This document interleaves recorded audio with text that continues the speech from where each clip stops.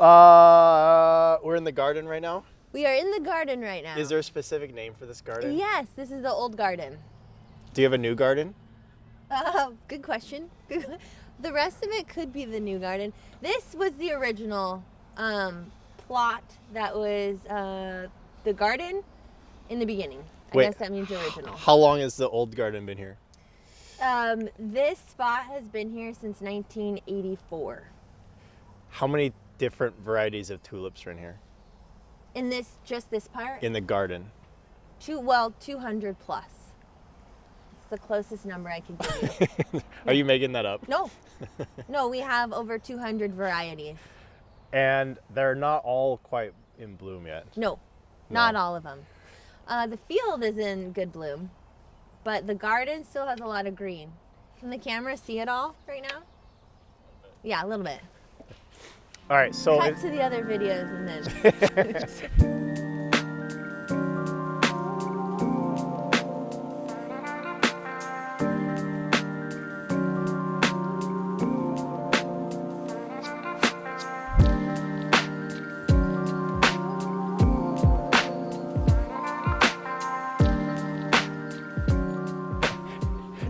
All right, so if someone's gonna visit today, what would they expect to see? Well, like what are they gonna find? Well, I think if you came today, you'd have sunshine, which, amen. That's the biggest bonus. But so we do have 50 acres planted in the back. It's daffodils and tulips, and it's in not full complete bloom because we have some later varieties that are still coming. But I mean, just from standing here, you can see the blankets of color. So you'll see a significant amount of color out there. And then in the garden, it still does have green, but I think that you walk around and you can see some good pops. I would say you wouldn't be disappointed, but are we at full bloom yet? No. When is full bloom? Can you control the weather? No. Yeah. This question, if someone could nail it on the head, they would make a lot of money. Because everybody always wants to know when is peak bloom, which we do update our Instagram and Facebook pages when we know when peak bloom is. But right now, it's kind of early to tell. What I can tell you is that through this weekend and next weekend, you will see a lot of great color. If you wait until the end of April, question mark. Because if it continues to trend hot, it's going to be hard to hold on to a lot. But we do what we can. So this will always stay like this, right? But like the tulips out there, you cut the heads off, yeah? Yeah.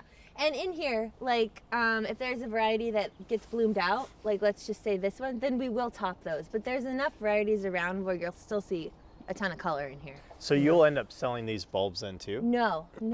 So the bulbs in the garden we do not sell. And so the reason is we have to rip them up too early. They don't get to go through their full life cycle. Why not? So normally what you would do is when a bloom starts to get to its end and the petals start to fall, you chop it off, right? And then you leave the foliage and the bulbs in the ground. And if it's at your house, you'd continue to water it like it was still growing. Okay. Because the bulb is still growing. Photosynthesis. The mitochondria is the powerhouse of the cell. Mighty mitochondria. Okay, so I forgot what I was saying. But it would continue to grow, right? And then when the foliage dies, you would pull up the bulb because then it's finished. But in the garden, we can't go through that whole life cycle because we got to tear this stuff out and plant our summer garden, which is full of dahlias and zinnia. And we also have to just take care of the soil so we can plant these tulips in it again next year. What are the things that you guys have to do to take care of the soil? Well, we don't till it, but we have to like amend it. So we test it every year to make sure that the pH is correct and that it is still healthy. It doesn't have any diseases. And then we usually have to add some stuff to it. Yeah, because people don't know this, but tulip bulbs take a lot of nutrients from your soil. So if you're like, what's happening? My bulbs aren't growing anymore.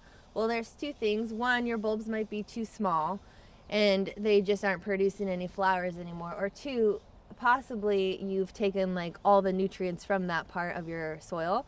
So you need to amend it with stuff. Make it healthy again. Make it happy again. Yeah. Okay. Yeah, be kind to the flowers. Don't step on them and stay out of the rows of the field. We have signs posted everywhere. You just need to read them. Just read the signs. What if you don't know how to read? Yes. If you don't know how to read, I'm sure you could ask your partner. Ask your friend. Get a buddy. All right, so if you're coming here, what are the things you can see? You can see this old garden. Mm-hmm. You can see the fields. You can see the field. You have a shop. Yeah, we have a gift shop, which has lots of fun stuff. And then there's a flower tent behind the gift shop, big white tent, you won't miss it. That has just more retail items and then a lot of fresh cut flowers. So if you leave empty-handed, you've done it wrong. So you can buy flowers? Yes. You can buy gifts? Can you buy bulbs? Yes. You can purchase bulbs now, but we won't give them to you until the fall when it's ready to plant. Or if you're from like California or a hot, warmer climate, we'll ship them to you when you should plant them.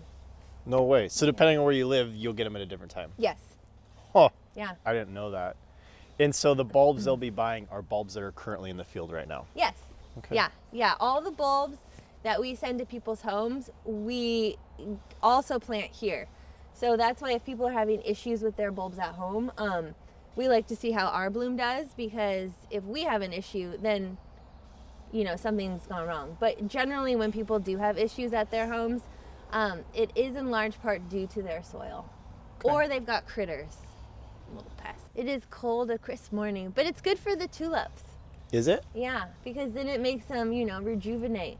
When they're cold, they close up a little bit, and then as the sun comes out later and it warms up a little bit, they'll start to open up a little bit more.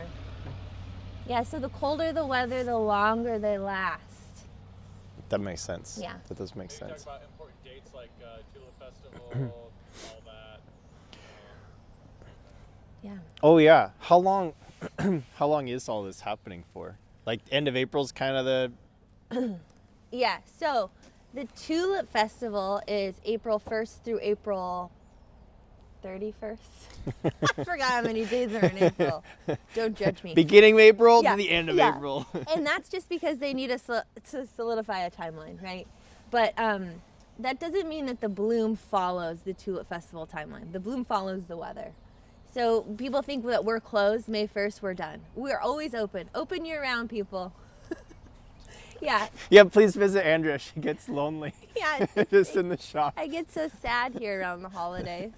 Yeah, we're open year-round. So this year the bloom started in March, right? And, oh yeah, daffodils have been out for yes. a very long time. And we're open then. We're obviously open in April, but come May 1st, if we still have stuff to see, come on and visit still. And you can, again, follow us. Our Instagram handle is @RoozenGaarde. And do I have to say the @ part? Probably not. I think that's fair. That works. Pound RoozenGaarde.